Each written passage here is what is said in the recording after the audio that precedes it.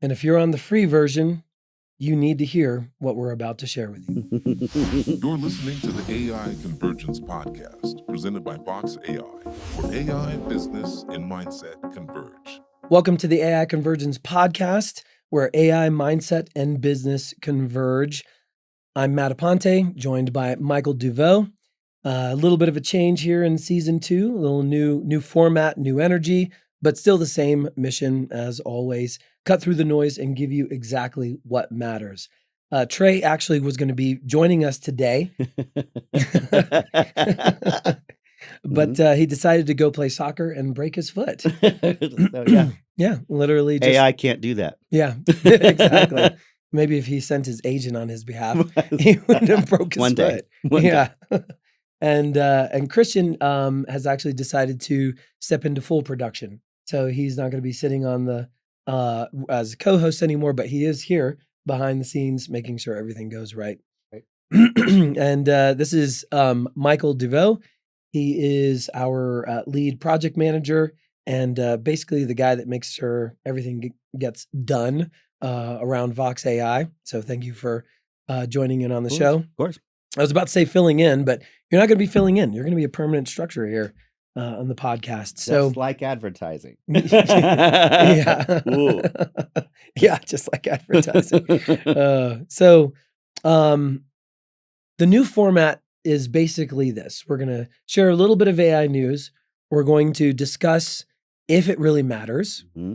And then we're going to go into a bit of a deep dive on the same subject. And our episodes are going to be concise, between 20 and 30 minutes. So this way you people who are on your commute in the morning or want a good, quick, piece of information, easy to digest, that's what we're here for. So what happened, Michael? ChatGPT, they began testing ads. It was on February 9th. So it does affect only the free tier and the go tier. Mhm. So if you're on like us, Paid Pro or Yeah. Plus or Business. yeah, Mhm. we probably would have never known it unless we heard about it in the news. Well, what happened is they're running out of money. You can't keep funding to the tune of billions of dollars without revenue coming in. Yeah. So they had to come up with some other alternative, and I guess our subscriptions just aren't covering it.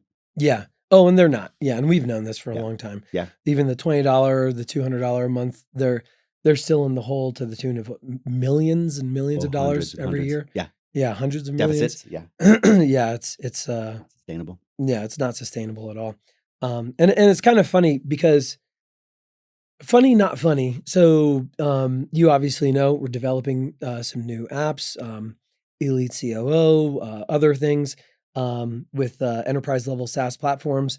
And I've been testing with some certain people, right? Also testing pricing structures, etc. And one of the entry levels was $97 a month for one of the executive assistants that we're going to be rolling out here, which we'll talk about here later on. And there was a little bit of a pushback on the price. And he's like, this probably would be better if it was around the $27, $35 a month thing. Okay. And I said, well, that'll barely even cover the costs. Mhm. And he was kind of shocked. And I said, yeah, do you know that OpenAI actually is in the hole to the tune of hundreds of millions of dollars because that $20 a month that you're paying doesn't even cover it. Even the businesses that are paying $200 a month and he was shocked. He didn't know. Well, we pay for tokens, right? I mean, eventually your agents, people who offer you an AI agent, a service, an agency, whatever it is, they pay the token fee out of your subscription. And those are adjusting and changing for Yep. those of us who have to pay them. So it's not going to be consistent and sustainable at those Yeah. low price points. Yeah. Unfortunately, that's just where it's headed. Yeah, it is.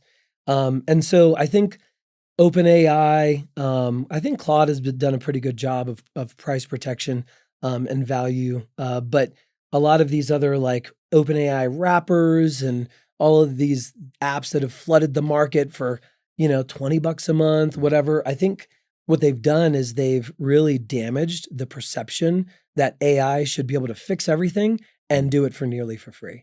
I think it's the Netflix syndrome. Yeah. We got it for free for so long, we got spoiled. and now we Mhm. expect to have it available. Yeah. And basically what they did was they offset their marketing and their research by having us work for free, by giving them all our data and test modules without charging us. Yeah. And now they have to charge, so that the whole module's shifting, Yeah. you know? Well, even Netflix. Yeah, Well, they Netflix is shifted. no longer free, Yeah, and and has ads. they have I ads. know. Yeah. So does Yeah. Amazon. I just got a Exactly. notification that the ads are Yep. going up. So does So, Disney, yep, Hulu, like all yep, of these that used to not have ads, yep. they now have ads. And on top of paying as well. So now they have different levels. So if you have was it $8.99 with Netflix, you get ads. Yeah. And then the next one, I think you still get ads or limited ads, or that's how Amazon's 14, I think, and then 17, and then it yeah. went up from Then there. it goes up. Yeah. So, that's the thing I really want people to understand here is that if it's free, Mhm. you're the product. Yeah, you're paying. Yeah. You're paying. You're You just paying. don't know with what, Yeah. except your data. Yep. All For of your sure. data, your behaviorals, and this is what they do. They load people on to a Mhm. product. They get all of this, all of the users, the data, et cetera. They get you hooked, Yep. and then Well, it's called they jack it market up. capture. Yeah. It's exactly what Amazon did. They operated at a loss for 7 years Yeah. at a loss, Yep. so they could acquire market share. Yeah. Once they had market share, they had you guys wrapped and trapped.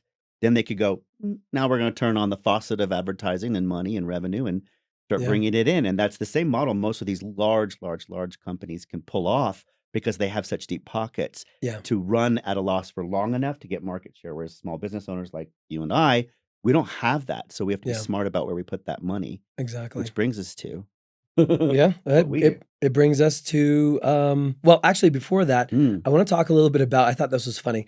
So so ChatGPT or Sam Altman always said, well, it's always going to be, free. We're built on trust and, all this other stuff and basically bullshit. And then ChatGPT comes out, hey, we're running ads, even for the Go people Yeah. who are only paying $8 a month. You're still going to get ads.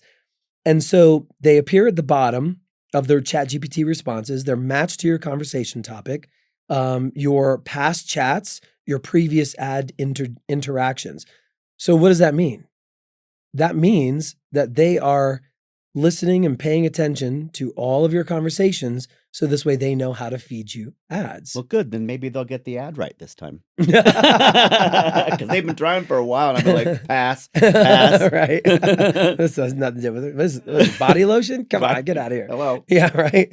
Well, Anthropic ran the Super Bowl ad mocking the concept. Mhm. It was pretty hilarious. If you didn't see it, you can catch it on YouTube.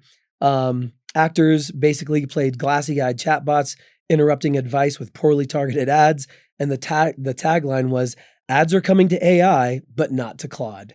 Right? And so, which I think is awesome. But then Sam Altman fired back, and he called Anthropic elitist and authoritarian, saying Anthropic serves an expensive product to rich people. Right? Right. But so does Mercedes and BMW, and you don't blame them for knowing where their audience and market is. Exactly. Yeah. And they, in my opinion, they have a much better, Product. much better product. Mhm. So they're literally reading your conversations to decide which ad to show you. And here's the kicker, they turn that on by default. By default. Yeah. It's the opt-out scenario, right? Everything now is you must go in and find the button to opt out. And Mhm. if have you recently searched for that kind of thing where you have to search for where the opt-out is and then the series of instructions just to get Oh, to yeah. the opt-out? Yes. They make it so complicated. It's insane. Yeah. Yeah. Even on the iPhone, Yeah. it's the same. I hate it. And so Sam Altman said, keeping AI ad-free is elitist. Well, think about that for a second. Right? Exactly. The guy worth billions is calling the other guy an elitist for not showing you ads. What is that? One finger pointing this way, 3 fingers pointing Yeah, back at me. right. Exactly. Yeah. So, basically, what do business owners, need to know about this? And this is the new part of our segment is, should you really care? Mhm. Right? Like, does this matter to you or not? And the short answer is yes. But maybe not for the reason that you think, right? So the ads themselves, they're not the real problem. The real problem is that this signals about the tools that you're relying on, is what this signals about the tools that you're relying on. Yeah. So number one, OpenAI is burning cash. They need revenue. The ads are the beginning. It's not the end. When business models shift from serve the user to serve the advertiser, well, then your priorities change. And we've watched this, before through Google, Facebook, Meta, Instagram. And for business owners specifically, well, if they're using the free ChatGPT to draft client emails, plan their marketing, analyze their financials, etc., well, then now your business intelligence is part of an ad targeting engine. Which makes me wonder if the model will eventually move to larger subscription models for corporate paying businesses so that they get the free data from those of us who can't pay. Mm, Because think about that. If yeah, all of those who aren't able to pay were capturing their data, who wants the data? everybody. Well, the larger corporations and Yeah, companies who want the data could be paying a premium to have access to that, yeah, right? yep, yeah. So this doesn't necessarily mean stop using AI. It means understanding what you're trading for free, right? Right. Free As AI was never free. You were Yep, just paying a different currency that you couldn't see yet. exactly.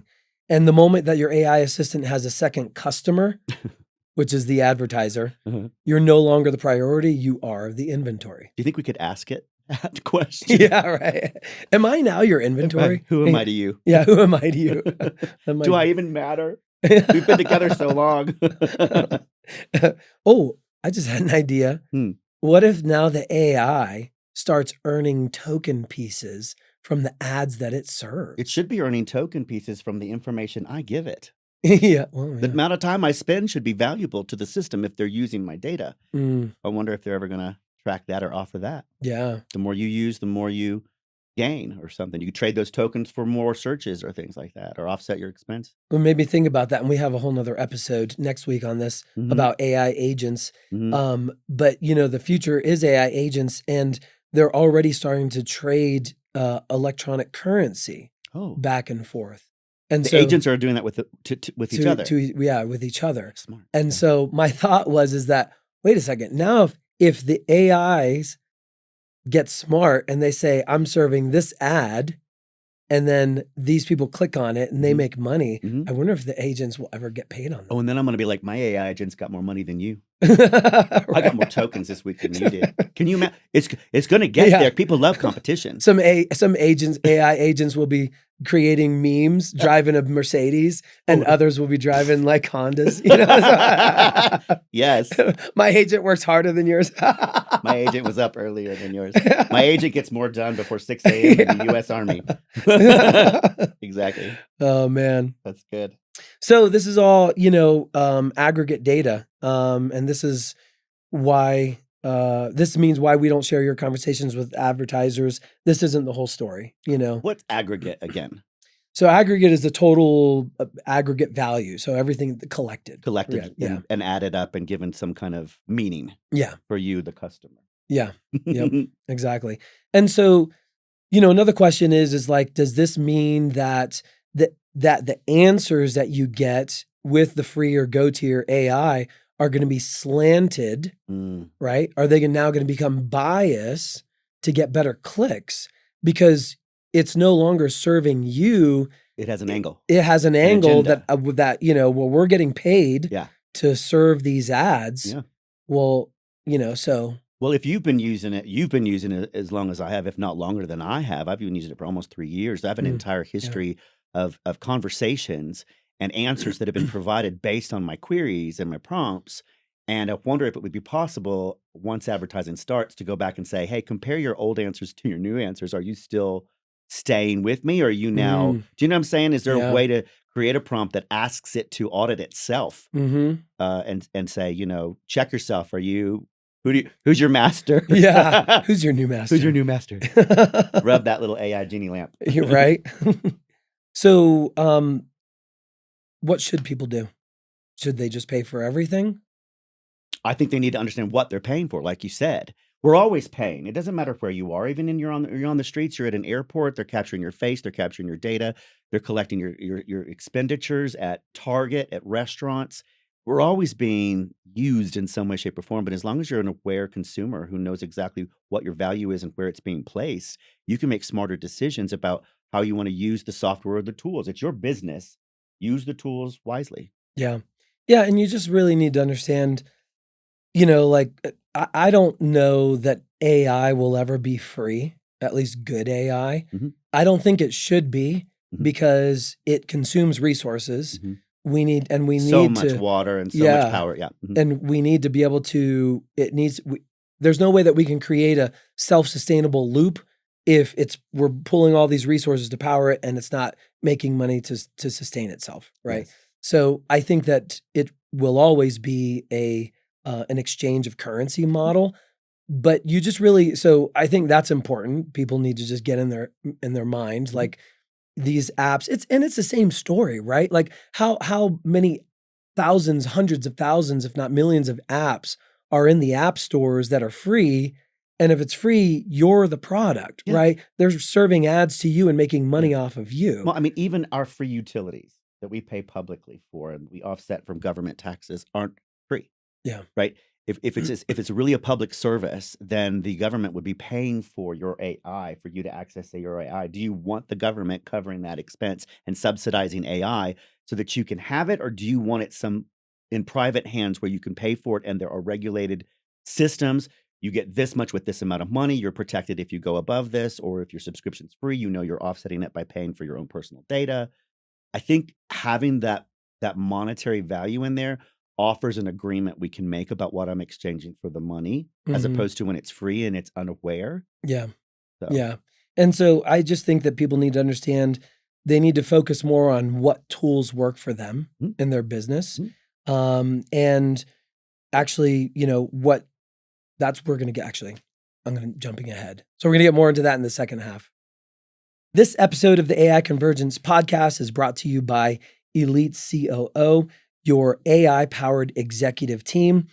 So while other AI tools are still figuring out how to sell you ads, Elite COO is built to work for you. Mhm. It's an AI executive assistant specifically trained on business operations and high performance optimization.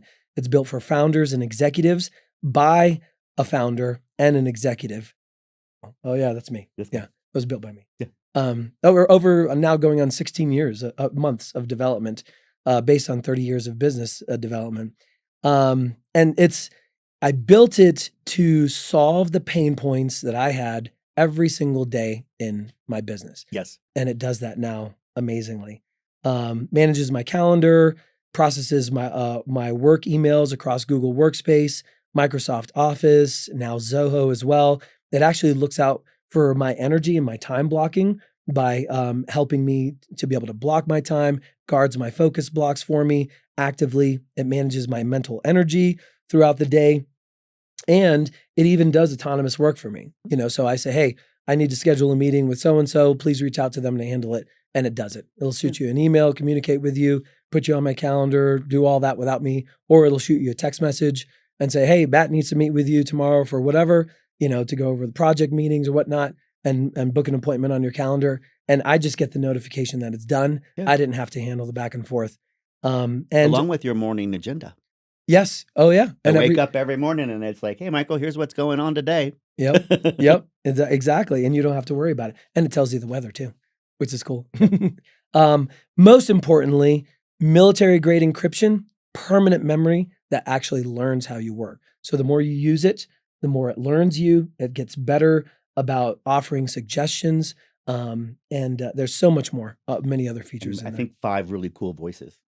6, 6. as a matter of fact. Yep. Nice. 6 different Just like the Brady personalities. Bunch. Yeah. Right. And most importantly, no ads, Yep. no data harvesting, Right. just a team that has your back. And by the way, no ads ever. There will never be. Yeah. And 5 years from now, it'll probably be obsolete 5 years from now. I'll be onto something else or living on an island. But 3 years from now, Yes. it'll still be no Free. ads. Yeah. I will not be Not coming free, back. but no ads. Yeah, Yeah. it'll still be, no ads. I will not be coming back and saying, hey, we're serving ads now to the free users because we'll never have free users. Yeah. Anyway, so Elite COO is launching soon for founding members at a locked-in lifetime rate. So if you want to come use it, enjoy it, try it out, and get an extremely discounted rate for helping us get to our first 500 users, help with iterating, making it better, continually improving, And this is for executives, founders, and COOs and CEOs. You can check the link in the description or go to elitecooai.com. And if you're going to pay for your data to be used by an AI agent, why not one you can trust that's really going to help you out every day? Yeah, exactly. Okay, so the ChatGPT ad story, it's not just about OpenAI.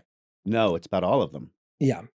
It's a wake-up call for every business owner Mhm. who's built part of their operation on free tools without thinking about what happens when the business model changes underneath it. Such Yeah. a common stumbling block Yeah. we keep getting into. Yeah. Well, we got data costs, which we touched on earlier. Mhm. We have trade-off. Yep. Have some of my coffee, by the way. Dutch Bros is not a sponsor. So like when you use free tools, every prompt is training data. It's product improvement fodder, and now it's ad targeting fuel. So It's all your freemium. yeah. And every one of them in certain ways, shape, or form are all freemium. Mm-hmm. You know? Yeah. So also like, removing ourselves from the actual cost, Mhm. your competitive intelligence, your client communications, your strategy sessions, all of your intellectual data that you've been pouring in, which people have been pouring tons into theirs. It's all living on someone else's servers under someone else's terms of The service. same with the website building. When Wix came along and Square and all those wonderful places came along, and you could build your website for cheap or free, and we'll do it for you. They own your code, they own your data, they own anything you put and post on your website for eternity, and they Yep. can use it anywhere around the world to promote themselves. Yep. And it's in the small print. It's massive. I don't know why they call it small anymore. Yeah. It's Yeah. miles long. Yeah. But it's the same model where they want to draw you in for free and use as much of your data as possible, then sell that to somebody else. We don't know necessarily who. Mm-hmm. But eventually, as a business owner, you have to decide whether that trade-off of the value of your services, your product, your business, your customers is worth the free tool you've been using long. Yeah. So think about this. Would you let a stranger sit in your business strategy sessions and take notes? If not, Like you don't even know them. They're just they're popping up and Yeah. just be like, I'll be right over here. I'll be quiet. Like you're like, Yeah. Oh, well, that's your AI. Yeah. Because that's basically what you're doing every time that you dump your business into a free AI tool. Yeah. Yeah. Especially anything that's made over from China. You also have a dependency cost.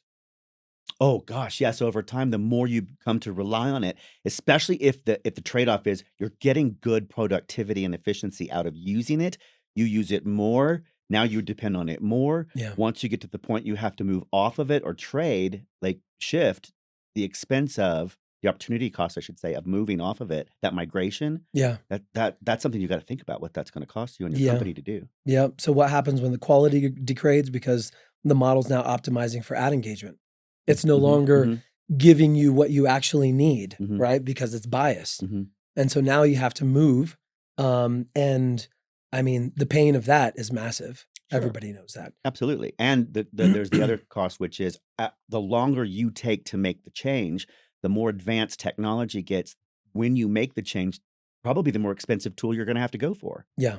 right? Yep. Exactly. So business owners spend 68% of their time working in their business and only 32% working on it. So we're talking about opportunity costs here. Mhm. And 36% of average entrepreneurs' work week goes to admin tasks. Email alone can consume up to 50% of the workday. 36% seems really low. I know. When I think about how much admin stuff I do, I'm like, Yeah. there's always an admin task associated with any efficiency or operations segment of business, right? There's always an admin portion of it. And Yeah. a lot of that we can get out of the way at the beginning, right? But those should be set up in automated workflows. And if Yeah. they're not, then yeah, I can imagine that number for some people is even greater. Yeah. I saw 36%. I was like, what? That was more like 50%. So, if you're spending hours per week wrestling with free ad tools that have limitations, workarounds, and now ads, well, that's just compounding the problem. It's not solving it. And I think we're going to be seeing, if we already see it now, but we're going to be seeing a lot more of this to where AI, there's going to be, I think maybe 2, maybe 3 segments of AI tools, those that actually help you, that you're obviously paying for. They actually do something. They keep it very clear. And those that are like gimmicky. I think we've seen a ton of gimmicky AI ad tools, especially in the content creative market, for like blog posting and image generation and all those things. I think we're going to continue to send that. Or Well, I see think that. we're gonna. What's interesting, I did an interview, gosh, it was a while back now, but they were talking about the adoption of or the of AI and what the marketplace was going to do. And I said, what's interesting is we haven't even reached the productized out of the box stuff, right? Yeah. The consumer who doesn't want to learn it, doesn't want to write it, doesn't want to prompt it, doesn't want to do anything. I want to unpackage it and plug and play Yep. because there's an entire market out there who's ready for that. Yep. And we're the test subjects. We're the ones using it to help them find those really smooth and easy plug and play models. Yep. But they're going to be very specific at what they can do out of the box, right? Yep. In terms of what they're capable of doing, where you have to upgrade. Yep. And that's what we're building here too, is specific tools for specific people, specific use cases that have been iterated on that do a great job, an amazing job, right? But they do that job specifically. So if you're spending 16 hours a week on admin and then spending another 3 hours having to figure it out, how to get the tool to help you with it, well, at some point you got to ask yourself, what's my time actually worth, right? So, all right. So what's the move? What should business owners actually be doing differently right now? What do you think, Michael? Well, who is this tool's real customer? Is it me or is it the advertiser? Like you said at the beginning, we need to decide, is it me or them? And if you decide for yourself that it's going to be me and you understand that, what steps can you take to protect yourself and your business model while using that free tool? And what strategy plans can you put into place to ensure that you move off of it eventually so that dependency becomes less and less over time, right? So the opportunity cost, like you say, for transitioning out becomes less and not more. Yeah. And another question business owners should ask themselves is, what happens to my data, and can that change without my permission? Oh, that's a good question because they put out those notifications all the time when the Oh, yeah. policies have changed. I just Yeah. received 3 this week, Yeah. having to read through them, and I thought, you know what? I never read through these Never these do. updates. Yeah. I really should check and see what the privacy policy part says. By the way, you should always read the privacy policy part. That's really the part about your data that they don't tell you about, Yeah. where they're changing their rules around your data and what they're going to do with it. Well, and I fail on that most of the time. I usually get the email. I'm in the middle of some work. I'm like, I'm just click yes. Well, if you're TLDR like Matt is here, Yeah, he I tells am. me, he's like, Michael, shorten your emails. Yeah. Like, who's going to read half that stuff? Yeah. It looks like legalese speak half the time. And you know what you could do is just put that into your AI and ask it to tell you, summarize this, please, and give me the highlights of what privacy I'm losing or what it's costing me. Yeah. I think I need to get a new shirt that says Cliff Notes guy, or the hat. But I digress, and Cliff Notes. And or Cliff TLDR. Notes. TLDR. Yeah, that's a TLDR hat. That's exactly. me. And the last question is, Yeah. if this tool disappeared somehow or tomorrow or doubled its price, would my business be disrupted? 100%. Mhm. I can say without a doubt 100%. I Oh, yeah. rely on it too much, Yeah. but I'm also obsessed with it. Yep. So those 3 hours you were talking about, I don't just deep dive into the 3 hours of learning them because I have to do it for efficiency or whatever. I'm actually also obsessed with learning stuff. And that's a problem for me because I'm a shiny object squirrel syndrome person. Yeah. So I will spend more time trying to dig deep and get under the hood of it rather than do the work. And with all the new different versions coming out, I'm under the hood of too many cars. So I got to get my head up and out of there and pay more attention. But yeah, there's a cost if it gets disrupted or if it disappeared tomorrow. I think I'd freak out a little. Yeah. For sure. Excuse me. Yeah. So, the best AI investment you can make, it isn't the cheapest one. It's the one that's aligned with your business interests, not someone else's quarterly earnings, basically. Yeah. Your best AI investment is your brain, people. This is true. Learn, study, understand what we're getting ourselves into. And don't stop writing. Oh my God. We're not going to go into this, but it was a lot of things that I noticed over the last week, like writing. It activates 20, 30 times more neural synaptic connections in your brain than just typing or speaking. Yes. And how many times do you write now? I think humans are going to get dumber, maybe. Which just doesn't help my chicken scratch syndrome. So you can't read it. I can write it, but you can't read it. All right. Well, so as we wrap up here, Yeah. what's the takeaway? So it's pretty simple. The AI gold rush mentality of just grabbing whatever's free, it needs to stop. We need to be intentional about the tools that we bring into our business. If the tool is free, we need to understand why it is free and decide if that trade-off is worth it. Mhm. What do you think? I think, AI convergence and what we do, obviously at Vox as well, it's about making sure that you're a smart, intelligent, and well-prepared business owner. And that comes at a cost. You are always going to be out there on the cutting edge, offering up your solutions, your advice, your intelligence, your business acumen, and you're going to not only offer it to customers, you're offering it to a system that exists, and you're in that sandbox. Yeah. And as long as you're aware that you're in the sandbox and you be smart about those changes, about what you choose to do with that data and how you use the tools, you can always stay a little bit ahead of the guy that doesn't. Yeah. We feel sorry for him. Yeah. All right. So if this podcast, if you enjoyed it, if it hits home, please do us a favor, subscribe wherever you're listening, leave us a review, the thumbs up, comment, interact, share with your friends, family, AI agents. Next week, we're going to be diving into AI agents, what they are, why every tech company is losing their minds over them, and the open source project that went from 0 to 147,000 fans in a week. And then everything went sideways. Yeah, they're not 007 agents. Yeah. They're different. Yeah, you don't want to miss that one. Yeah. All right. Thank you for joining us, and we'll see you next Tuesday. Bye, guys.